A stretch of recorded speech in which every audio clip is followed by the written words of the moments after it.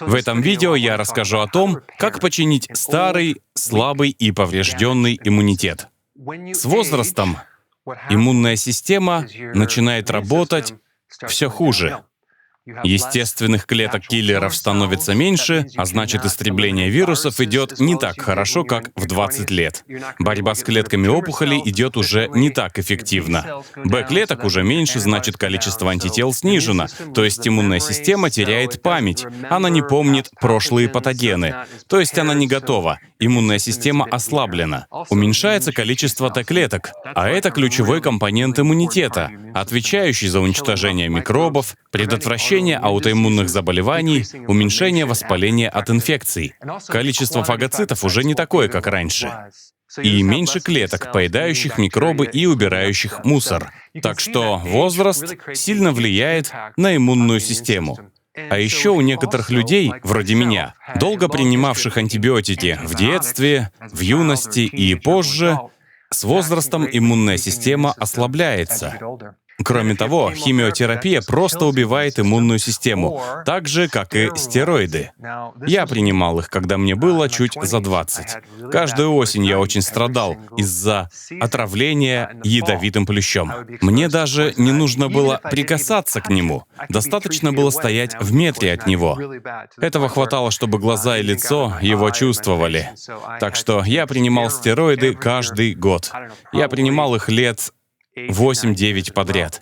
Это ослабило мою иммунную систему. Если вы принимаете преднизон или раньше принимали стероиды, иммунная система сильно подавляется. А еще есть проблемы со здоровьем, которые тоже ослабляют иммунитет. Кроме того, его ослабляет жизнь в постоянном стрессе. Самое важное для укрепления иммунной системы — это грудное вскармливание. Но для людей в моем возрасте это уже не вариант. Поэтому следующее по эффективности — принимать добавку под названием молозиво. Она выпускается в форме порошка. Молозиво — особенный продукт. Это самое первое молоко, которое выделяется, так что в нем просто куча антител и различных веществ, строящих иммунитет. Есть очень хорошая компания Sovereign Labs. Это не реклама, никаких комиссионных я не получаю. Они производят очень качественное молозиво в форме порошка. Оно органическое, от коров на травяном откорме. Я рекомендую вот эту версию, Colostrum LD. Для этой версии продукта используется специальная технология, когда молозиво заключается в жировую оболочку. В результате оно выдерживает кислотную среду в желудке. В итоге этот продукт в 15 раз эффективнее других подобных.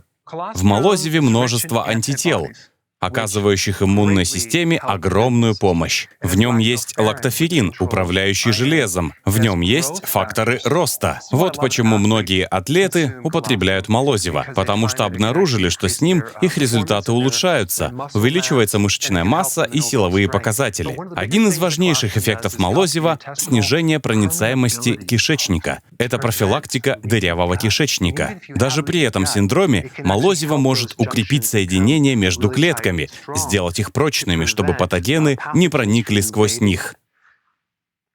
При синдроме дырявого кишечника возникает много проблем. Аллергия, аутоиммунные заболевания. Молозиво — отличное средство для укрепления внутреннего покрытия кишечника.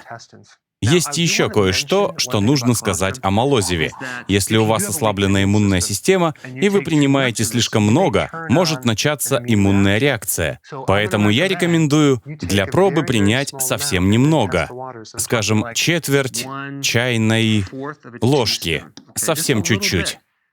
Примите его перед сном с небольшим количеством воды. Если принять целую ложку, может закружиться голова, может пойти слизь и начаться иммунная реакция.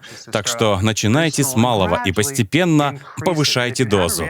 Если реакция начнется, подождите, пока она не прекратится, и возобновите прием. Раз реакция началась, значит, молозиво вам нужно, но начинайте с маленьких доз. Некоторым из-за высокой чувствительности нужно не более 1/8 чайной ложки.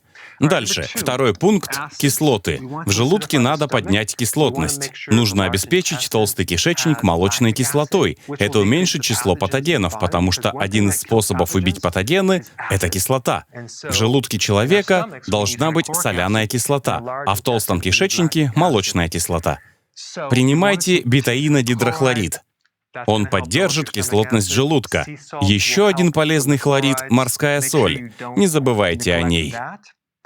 Еще можно принимать фульвовую кислоту. Она очень полезна для организма. А еще чайный гриб камбуча — очень полезная штука. И даже пробиотики для лактобактерий. Они помогут организму выработать необходимую молочную кислоту. Если убрать всю кишечную флору, все обитающие там бактерии, это сильно ослабит иммунную систему. Так что это совсем не шутки. Третье. Ферментированная пища тоже помогает иммунитету, так что начните употреблять, например, квашеную капусту и кимчи. Пребиотики — это клетчатка из овощей. Это важно, потому что кишечной флоре нужна пища. А еще пробиотики, о которых я уже сказал. Я считаю, что всем старше 60 нужно принимать пробиотики. Четвертый пункт — голодание. Очень сильно стимулирует иммунную систему. У меня есть видео об этом, ссылка внизу. Голодание укрепляет иммунную систему. Есть даже сведения о том, что оно может буквально оживить сильно ослабленную систему, если голодать регулярно.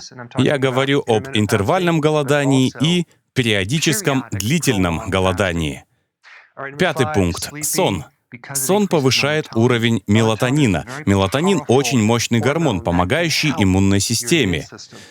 Так что постарайтесь максимально повысить его уровень при помощи сна. Но не принимайте его в виде добавки, иначе со временем организм перестанет на него реагировать. Шестой пункт очевидный — снизить потребление углеводов, потому что сахар ослабляет иммунную систему. У большинства людей, умерших от COVID-19, был диабет или нарушение метаболизма, проблемы, связанные с углеводами и высоким инсулином. Поэтому нужно соблюдать не просто кето, а именно здоровое кето, чтобы нутриенты были качественными. Седьмой пункт очень важный. Максимально снизить уровень стресса. Точно вам говорю, когда вы в состоянии стресса, ваш иммунитет буквально засыпает. Он парализован, не может работать. Если у вас есть внуки, или вы подумываете завести ребенка, обязательно кормите ребенка грудным молоком. Грудное вскармливание играет ключевую роль в создании здорового иммунитета. Да, и не сдувайте с ребенка пылинки. Контакт с микробами очень важен. У детей, живущих в стерильной среде, не контактирующих с микробами, иммунитет толком не формируется. Это тоже очень важно. И если у вас инфекция, не подавляйте иммунную систему. Очень часто родители дают детям лекарства, аспирин, при первых признаках болезни, в то время как надо дать ребенку справиться с инфекцией и дать иммунитету восстановиться. Но когда мы начинаем сбивать температуру лекарствами, это ослабляет иммунитет и продлевает инфекцию. Вот как починить старый, слабый и поврежденный иммунитет.